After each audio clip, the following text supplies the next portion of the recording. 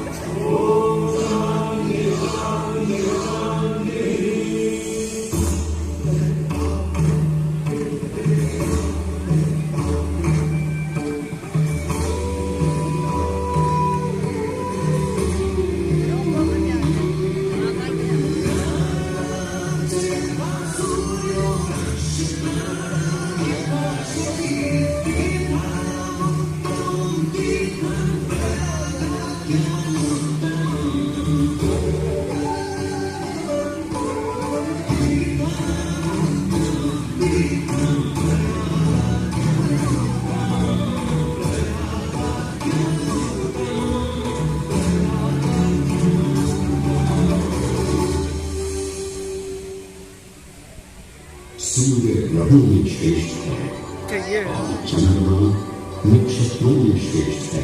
दोनों एक जैसा है, उसी इसलिए शुद्धा के बना रखा है। सभी तीर्थों में सर्वश्रेष्ठ है।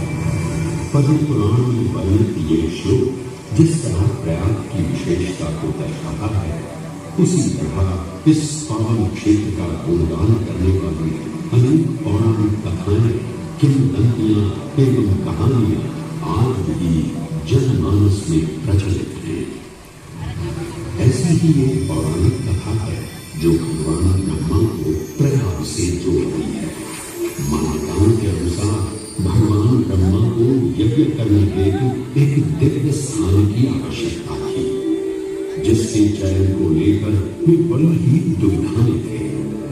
अपनी दुविधा के निवारण हेतु भगवान ब्रह्मा नागों के देवता महाराज शेषनाग के यहाँ पहुंचे और उनसे कहा, हे आदिशेष, मैं यज्ञ करने हेतु इस सृष्टि में एक ऐसा स्थान ढूंढ रहा हूं जो दिव्यता और पवित्रता की दृष्टि से सर्वोत्तम हो। क्या आप मुझे ऐसा कोई उपयुक्त स्थान बता सकते हैं जो सभी तीर्थों में सर्वश्रेष्ठ हो? जगत रचयिता को मेरा प्रणाम। भगवान, मैं धन्य हूं कि आपने मुझे इस योग्य समझा। क्यों ना आप स्वयं ही सभी पवित्र स्थानों का मूल्यांकन करें। ऐसा कीजिए, आप तुला के एक पलड़े पर सप्तपुरियों को रखिए और दूसरे पलड़े पर भगवान विष्णु के स्थायी निवास प्रयाग रखिए, जिसका भार सबसे अधिक आए। मेरे विचार में वही सर्वश्रेष्ठ तीर्थ हो। इस मूल्यांकन के परिणाम स्वरूप प्रयाग का पलड़ा भी बदल रहा। इस तरह प्रयाग की प्रधानता सिद्ध हुई और तभी से उसे तीर्थों का राजा कहा जाने लगा। आज भी ऐसी मान्यता है कि भगवान ब्रह्मा ने गंगा नदी के पश्चिमी तट पर 10 अश्वमेध यज्ञ संपन्न किए थे। आज उस स्थान को हम दशाश्वमेध घाट के नाम से जानते हैं। भगवान ब्रह्मा के अलावा इंद्रदेव, वरुणदेव एवं सोमदेव ने भी प्रयाग क्षेत्र में ही भगवान कृष्ण की आराधना करने हेतु यज्ञ किए थे, जिससे उन्हें भी श्री हरि का आशीर्वाद प्राप्त हुआ।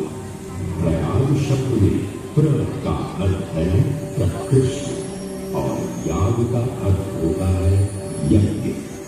इसलिए इन दो शब्दों से बना प्रयाग सबसे पवित्र स्थान माना जाता है। प्रयाग भी संसार में एकमात्र ऐसा पावन क्षेत्र है जहाँ 3 पवित्र नदियों का संगम होता है। इस संगम का भी एक अनूठा महत्व है।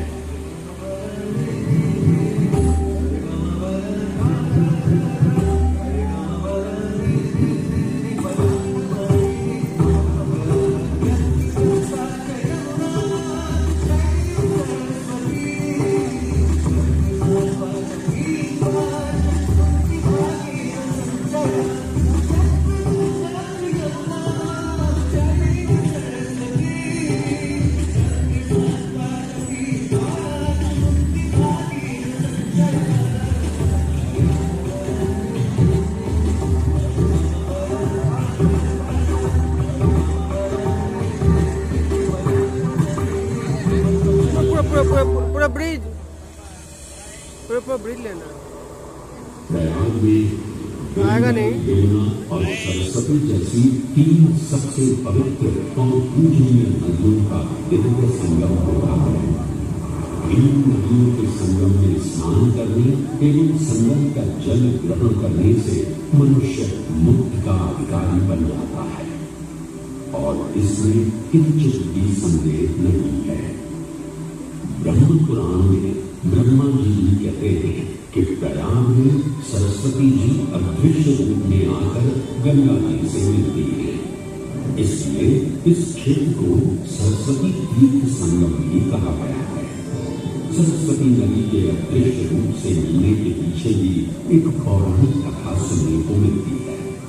ऐसा माना जाता है कि बद्रीनाथ क्षेत्र की गुफाओं में जब वेद व्यास जी भगवान गणेश को महाभारत की कथा सुना रहे थे, तब उस क्षण सरस्वती जी इन शिखरों से टकराते हुए अपना माल बनाती हुई बड़ी ही तीव्र गति से बह रही थी। सरस्वती नदी के इस तेज बहाव से उत्पन्न होने वाली तेज ध्वनि वेद व्यास जी का ध्यान भंग कर रही थी। इसलिए महर्षि वेद व्यास जी ने सरस्वती जी से वेद और ध्वनि को कम करने का आग्रह किया, परंतु उनके अनुरोध उपरांत भी जब सरस्वती नदी के वेग एवं ध्वनि में कोई कमी नहीं हुई तो उन्होंने क्रोधित होकर सरस्वती जी को श्राप दे दिया और कहा कि वे अब धरती के भीतर यानी कि पाताल लोक में रहेंगे। तब से ये माना जाता है कि इन शिखरों से उद्गमित हुई सरस्वती नदी उत्तराखंड के माना गांव से आगे अपने अदृश्य रूप में प्रवाहित होती है। आगे चलकर यदि अदृश्य रूपी मां सरस्वती प्रयागराज में गंगा एवं यमुना नदी से मिलकर त्रिवेणी संगम को पूर्ण करती है। ये प्रयाग नदी पवित्रता का उद्गम है, जिसके अंश हमें वेदों एवं पुराणों में भी मिलते हैं, जिनमें वर्णन है सुरों असुरों द्वारा हुआ समुद्र मंथन। अमृत प्राप्ति के लिए सुरों और असुरों ने एकजुट होकर क्षीर सागर का मंथन किया, जिसके संदर्भ में पुराणों में विभिन्न कथाएं देखने को मिलती हैं। उन्हीं कथाओं में एक कथा महर्षि दुर्वासा और इंद्रदेव से संबंधित है। इस कथा के अनुसार ऋषि दुर्वासा ने इंद्रदेव से प्रसन्न हो उन्हें पारिजात पुष्पों की एक दिव्य माला भेंट की, जिसे इंद्रदेव ने साधारण पुष्पों की माला समझ स्वयं धारण न कर उसे अपनी बालक गजराज ऐरावत के मस्तक पर रख दिया। पल भर में गजराज ने वो माला धरा पर गिरा, उसे अपने पैरों तले प्रणाम किया। ऋषि दुर्वासा से ये अपमान सहन न हुआ और उसी क्षण क्रोधित हो उन्होंने इंद्रदेव को श्राप दे दिया।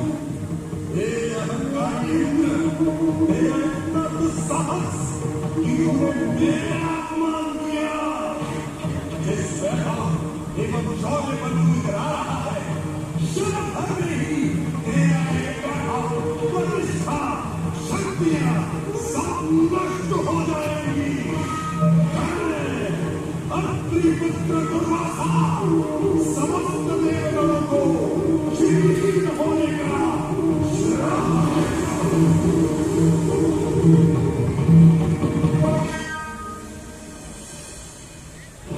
इस श्राप के परिणाम स्वरूप स्वर्गलोक से लेकर वैकुंठ धाम तक का सारा वैभव चला गया। जहां स्वर्गलोक में सभी देवता अपना वैभव एवं शक्तियां खो चुके थे, वहीं वैकुंठ धाम में मां लक्ष्मी भी क्षीर सागर की गहराइयों में चली गई। उनके जाते ही सृष्टि का संतुलन बिगड़ने लगा एवं असुर राजा बलि ने तीनों लोग अपने अधीन कर लिए। ये सब देखकर सभी देवतागण अपने श्राप के निवारण हेतु भगवान विष्णु की शरण में जा पहुंचे और कहने लगे, हे पालनहार, हे स्वामी, अब आप ही हमें इस श्राप से मुक्त होने का मार्ग बता सकते हैं, अन्यथा हम अपनी शक्तियों से सदैव वंचित ही रहेंगे और युद्ध में कभी भी असुरों का सामना नहीं कर पाएंगे। हे देवराज, ऋषि दुर्वासा के श्राप से सभी देवतागण जीवन मृत्यु के काल चक्र में बन चुके हैं।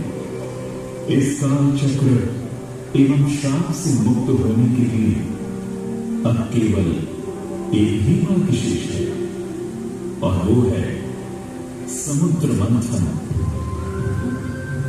इस समुद्र मंथन से निकलने वाले रत्न ही आपके खोए हुए यश, वैभव और कीर्ति को पुनः स्थापित करेंगे। परंतु आपको इस मंथन के लिए असुरों के बल की भी आवश्यकता होगी, क्योंकि उनके बिना यह समुद्र मंथन संभव नहीं है। जैसे आपकी आज्ञा प्रभु, हम असुरों के साथ समुद्र मंथन करने के लिए तैयार हैं। देवताओं और असुरों ने एक मत होकर क्षीर सागर का मंथन करना स्वीकार किया। जहां मंदार पर्वत मंथनी के रूप में आए तो वहीं वासुकी नाग को नेत्र की भूमिका मिली।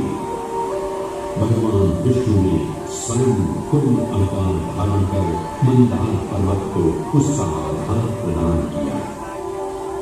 क्षीर सागर को मंथना शुरू किया गया और 14 रत्नों में सबसे पहले हलाहल विष उत्पन्न हुआ। उस विष के प्रभाव को कोई भी देवता या असुर सहन करने में समर्थ नहीं है। इस कालरूप विष से सृष्टि का विनाश हो सकता है। इसीलिए इस आपदा से बचाने स्वयं देवों के देवी महादेव प्रकट हुए और उन्हें इस विष का पाप किया। ये सब देव मां पार्वती ने विष को भगवान शिव के कंठ तक ही रोक दिया। इस कालरूप विष के प्रभाव से महादेव का कंठ नीला पड़ गया और तभी से उन्हें नीलकंठ के नाम से जाना जाने लगा।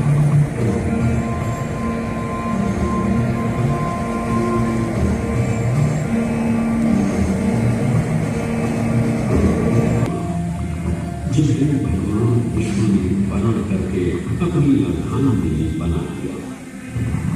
इसके पश्चात समुद्र मंथन से एक एक कर कामधेनु गाय, पारिजात वृक्ष, चंद्र, कल्प वृक्ष, अपार सुंदर अप्सराएं, गंधर्व, शंख, पंचक्षरा, वायु एवं कौस्तुभ मणि जैसे अनेक रत्न उत्पन्न हुए।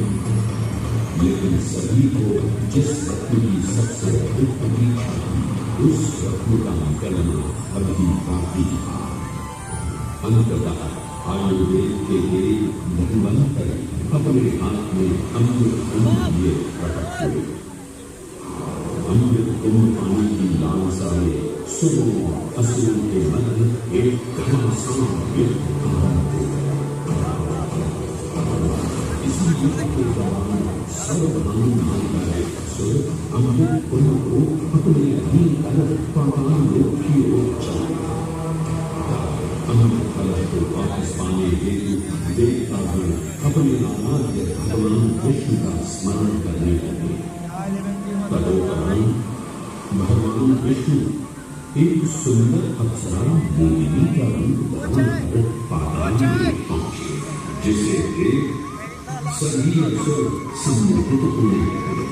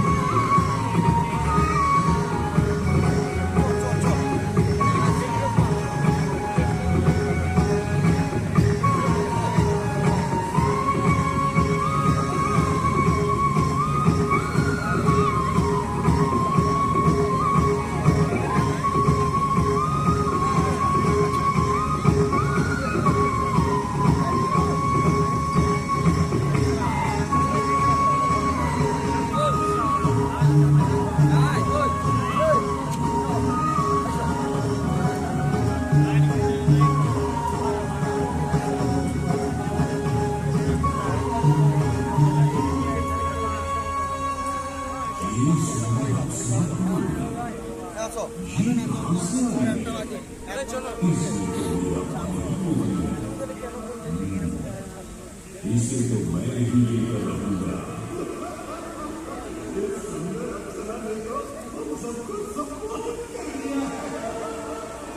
हे सुंदरी, तुम कौन हो और यहाँ क्यों आए?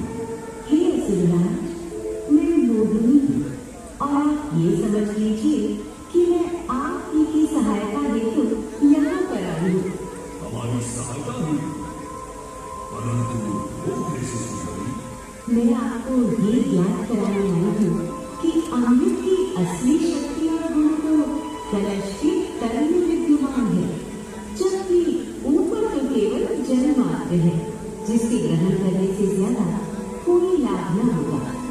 आप सभी इस अमृत को देवताओं के साथ बांट लीजिए। आखिर आप सभी ऋषि कश्यप के ही तो पुत्र हैं। देवताओं के साथ अमृत बांटने से एक तो आपका वैभव बढ़ेगा और दूसरा जो अमृत का फलदायक भाग है उसे आप ही ग्रहण कर सकेंगे। हे मनमोहिनी, तुम सबके ही कह रही हो, परंतु अगर हमने ये अमृत कलश एक और को दे दिया तो क्या पता वे सारा अमृत स्वयं ही ग्रहण कर ले और हम सभी असुर इससे वंचित ही रह जाएंगे। आप निश्चित रहिए, ऐसा कदापि नहीं होगा। मैं स्वयं ही सभी सुरों और असुरों को अमृत पान करवाऊंगी और साथ ही साथ ये सुनिश्चित भी करूंगी कि अमृत का फलदायक भाग आप सभी को भी प्राप्त हो। बस फिर क्या था, भगवान विष्णु की अपरंपार लीला आरंभ हुई। जहां एक ओर सभी देवतागण विराजे तो वहीं दूसरी ओर सभी असुर। मोहिनी रूप धारण भगवान विष्णु एक एक कर सभी देवताओं को अमृत पान करवा रहे थे, जिससे वे पुनः अपनी शक्तियां प्राप्त कर सकें। परंतु सर्वधाम नाम का असुर जल्द ही भगवान विष्णु की ये चालाकी भांप गया और चुपचाप देवता वेश धारण कर उन्हीं के बीच में जाकर विराजमान हो गया। तब जैसे ही मोहिनी स्वधाम को अमृतपान कराने हेतु अग्रसर हुई, ठीक उसी क्षण सूर्य एवं चंद्रमा स्वधाम का असली रूप पहचान गए।